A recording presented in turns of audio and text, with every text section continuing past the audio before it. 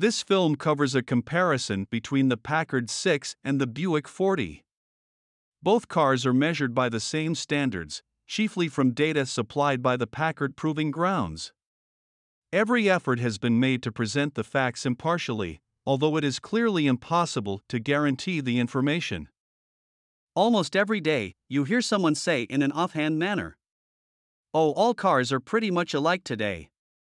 Our answer to that is, on the surface, perhaps so. But when these cars are subjected to the searching examination of trained automotive engineers, marked differences are observed in material, in workmanship, in performance. Bearing this in mind, suppose we carefully compare the Packard 6 and the Buick 42, deservedly popular leaders in the lower medium price field. Both the Packard 6 and the Buick 40 are good cars. But there are differences, and we believe that the man who is going to spend his money has a right to know what they are. Let's follow these two cars into the Packard Proving Ground, America's largest laboratory devoted to the development of one make of motor car.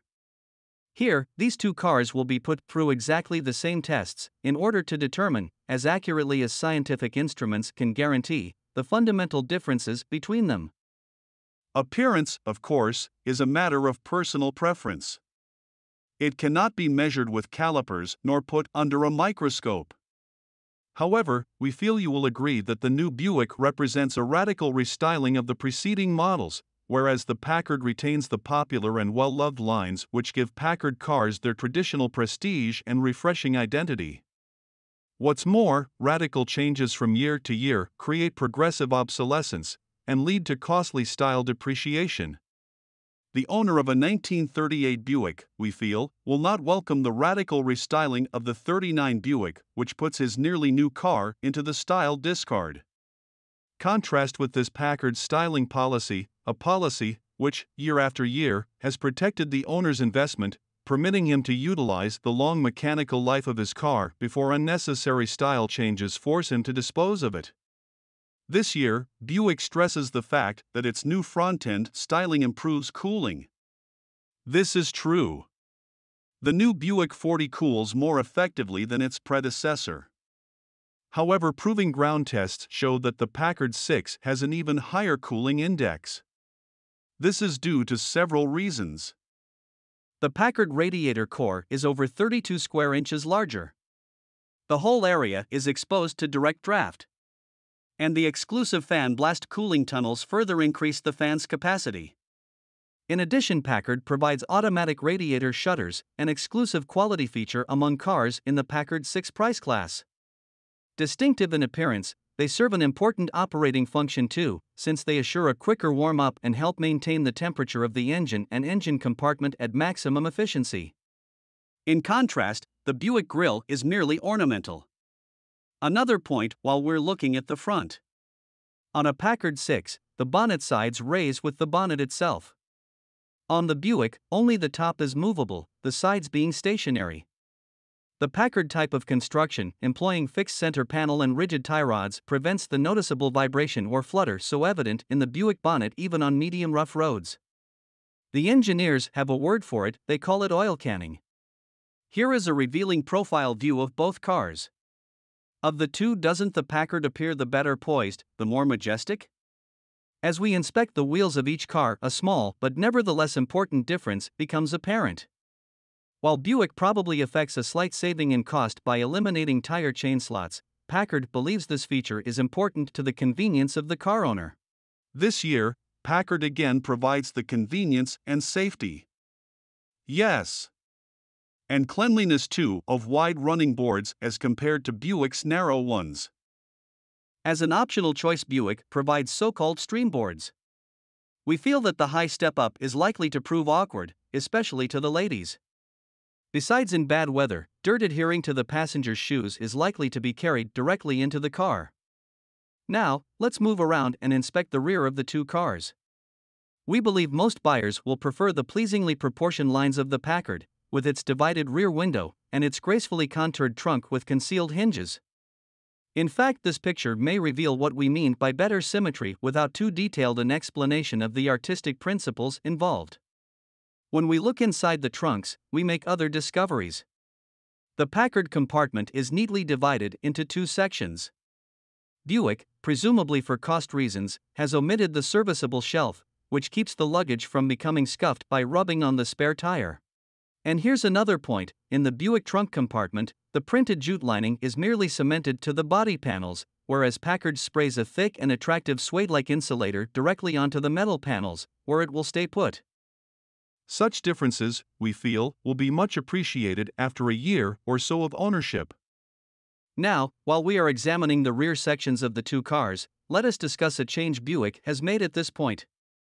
Probably in an effort to reduce costs, Buick this year has cut its frame off at the rear axle, leaving a 35-inch body overhang. The short frame and extremely long overhang are likely to impose unusually heavy loads on the body. And these stresses are increased even further by the new mounting of the rear bumper and gasoline tank, which, like the trunk contents, will all be carried by the overhanging body instead of by the frame itself. What's more, Buick's greater overall length is likely to make parking more difficult, and will certainly not improve maneuverability in traffic. Buick's greater overall length of 5.5 inches does not, as one might suppose, result in more passenger space than Packard. For the Packard interior is actually 2.5 inches longer from dash pad to the front of the rear back seat cushion than the Buick. Here are other important evidences of greater Packard roominess. Entrance space: front compartment, with the front seat in the medium position, 1 5/8 inches more room in the Packard than in the Buick. The rear entrance advantage for Packard is a full 2 inches. Likewise, although Buick has increased the width of its body in 1939, the Buick front seat is only 1 inch wider than Packard's. The Packard rear seat still shows an advantage of 1/2 inch in width, 3.5 inches more elbow room and 2 3/4 inches more shoulder room. Now, let's compare the interior details of these two cars. Putting ourselves in the place of the owner who has had his car for several months, and is either pleased with the thoughtful attention given to his comfort, or annoyed at the manufacturer's oversight. As months of ownership roll past, we believe that buyers will prefer the Packard speedometer, which can be read at a glance, to Buick's novel but hard-to-read arrangement in 15-mile steps.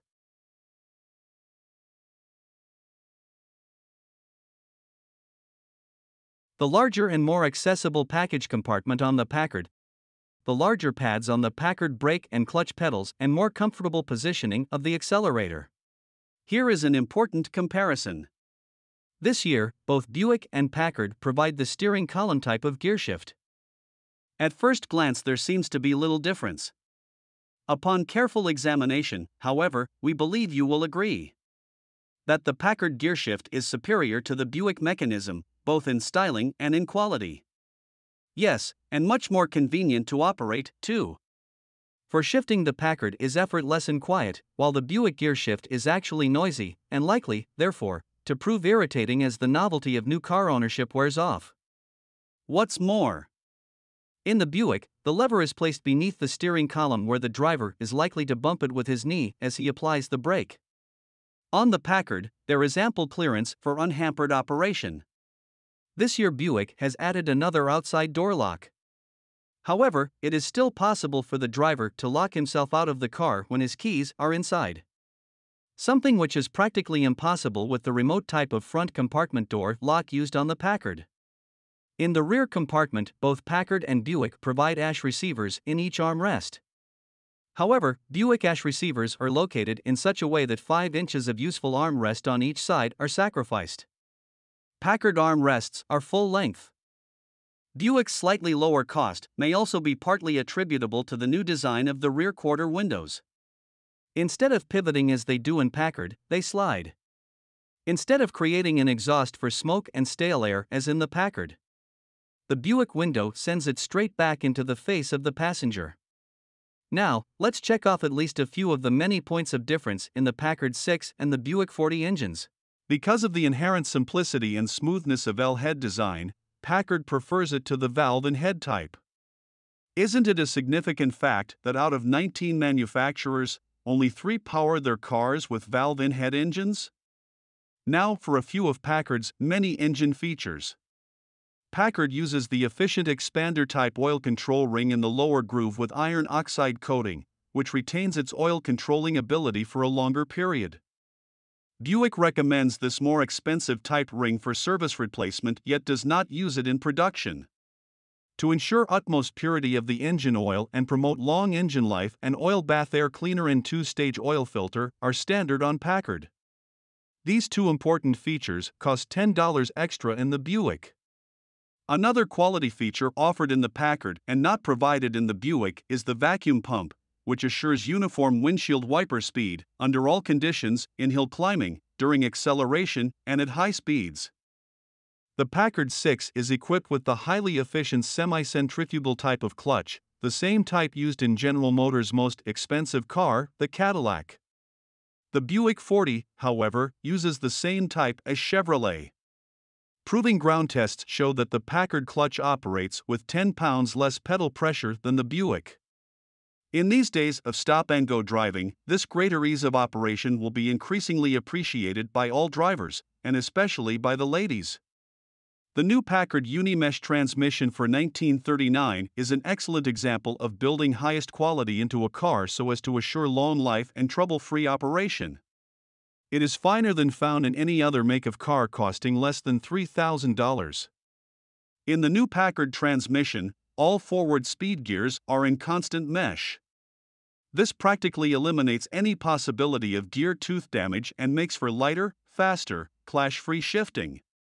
Buick does not have the constant mesh design. Furthermore, to provide smoother operation and longer life, Packard uses 9 anti-friction bearings in the transmission, compared to only 3 in the Buick. Naturally, such quality differences cost Packard more money, but we believe it's money well spent. The Packard 6 has EconoDrive available at moderate extra cost.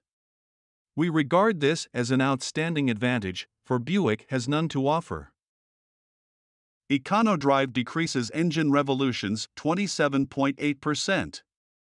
That means a tremendous reduction in engine wear. It also means a worthwhile saving on gas and a major saving on oil, improved acceleration, better smoother engine operation, and higher top speed. The most outstanding advantage of the Packard chassis over the Buick lies in the soft, mellow ride which it provides. The gentlest ride on the road. Of course, there is only one way to make a real comparison, and that's to put both cars over a washboard road. Like this.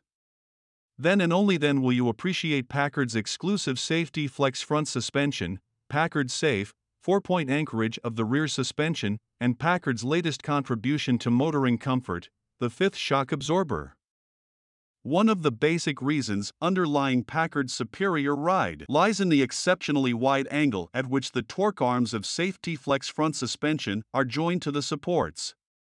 These diagrams illustrate the difference. Just as a narrow angle bracket shakes when struck with a hammer, the conventional or Buick type of front wheel supports tend to vibrate under impact. The Packard torque arm design, however, takes road impact without vibration, just as the wide angle bracket resists hammer blows. Buick, like Packard, employs a lateral stabilizer in its rear suspension. However, in the Buick, the stabilizer is the only part that holds the rear wheels in proper position, for Buick's coil springs can play no part in maintaining the alignment so essential to safety. In the Packard design, the semi-elliptic springs securely held at 4 points by heavy shackles hold the wheels in a positive position. Packard claims a distinct advantage in its rear spring design through the use of both live rubber and special metallic alloy spring inserts. As a result, Packard rear springs produce a ride that is not only flexible but controlled to compensate for conditions of speed and temperature as well as load. Buick, with soft flexible coil springs, has practically no control over flexibility other than that provided by the rear shock absorbers and a single rubber bearing. The opposed mounting of the Packard shock absorbers assists the springs in keeping the axle in normal position, thus reducing squatting and ducking when starting and stopping the car. Buick accomplishes the same result with their so-called torque-free springing, but with a harshness of ride characteristic of the torque tube design. Packard lays great emphasis on its exclusive 5th shock absorber, which effectively cushions and controls sidewise shocks much the same as the other 4 shock absorbers control up and down movement. Buick does not have this important comfort and safety feature. In the Packard frame itself, we again find examples of Packard superiority. Packard's tapered I-beam X member is more rigid than the Buick channel member. Packard's side members are the same thickness as Buick's, but they are deeper by almost an inch. The rear axles of these two cars present another interesting comparison. Due to Packard's four-sided method of mounting the rear axle pinion, if bearing wear should occur, only the bearing would need to be replaced in the Packard. In the Buick, both pinion and ring gear as well as the bearings would require replacement. Again, it is significant that Cadillac in their 1939 models duplicates the Packard 6 design. Still another convincing index of quality reflected in long mechanical life is the fact that Packard uses 48 ball and roller bearings to Buick's 31. And experienced buyers know that bearings are, to a car, what jewels are to a watch. Now let's follow these two cars into the Packard Speed Bowl and interpret the features which we have just reviewed in terms of performance. First, let's compare their acceleration. Here, Packard with its more economical engine accelerates from 5 to 40 miles per hour at substantially the same rate as the Buick. With Econo Drive, the Packard proves a bit faster. Packard concedes that Buick's top speed is slightly greater than its own 85.35 per hour to Packard's even 80. Either, we believe, is more than ample for most owners. However, those who want more speed will find that the Packard 6 equipped with Econo Drive will give them 84 miles per hour, and with nearly 1,000 less engine revolutions than the Buick traveling at the same speed, a tremendous saving in engine revolutions, and therefore, in wear. What about miles per gallon? Tests made at the proving ground and based on different constant speeds show a tremendous Packard superiority. The mean average of 20, 30, 40, 50 and 60 miles per hour shows 16 miles per gallon for the standard Packard 6, and only 14 miles for the Buick 40. With Econo Drive, the Packard 6 delivered a full 19 miles per gallon. It should be kept in mind, of course, that these results were reached under ideal non-stop driving conditions. As a comparison of economy, however, they accurately record Packard's superiority. Then, there's deceleration, a factor which every careful buyer must, of necessity, heed. In stopping both cars up to 50 miles per hour, little actual difference can be observed. However, beyond 50 miles an hour, Packard shows a marked advantage. At 60, for example, Packard stops in 163 feet as against 220 for the Buick. A difference in stopping ability of more than 3 car lengths. A tremendous safety advantage when making a high-speed stop on the road. And Packard not only stops more quickly than Buick, it stops more easily too. In fact, proving ground tests made of the braking effort required for ordinary stops show that an average of 24% less pedal effort was required on the Packard foot brake than on Buick's. Packard also shows a marked advantage in stopping the car by means of the handbrake, as the following figures will clearly indicate. Handbrake stopping ability. At 20 miles per hour, Packard 39.5 feet, Buick 45.0 feet. At 60 miles per hour, Packard 343.5 feet, Buick 478.0 feet. Mean average, Packard 191.5, Buick 260.5 feet. Effort to apply, Packard 40 pounds, Buick 60 pounds. And so, if we interpret performance in terms of an athletic decathlon wherein each event like pole vault, broad jump, low hurdles, is given a certain number of points, you would find that Packard outstrips its rival in the total, producing the best all-around performance in its price class.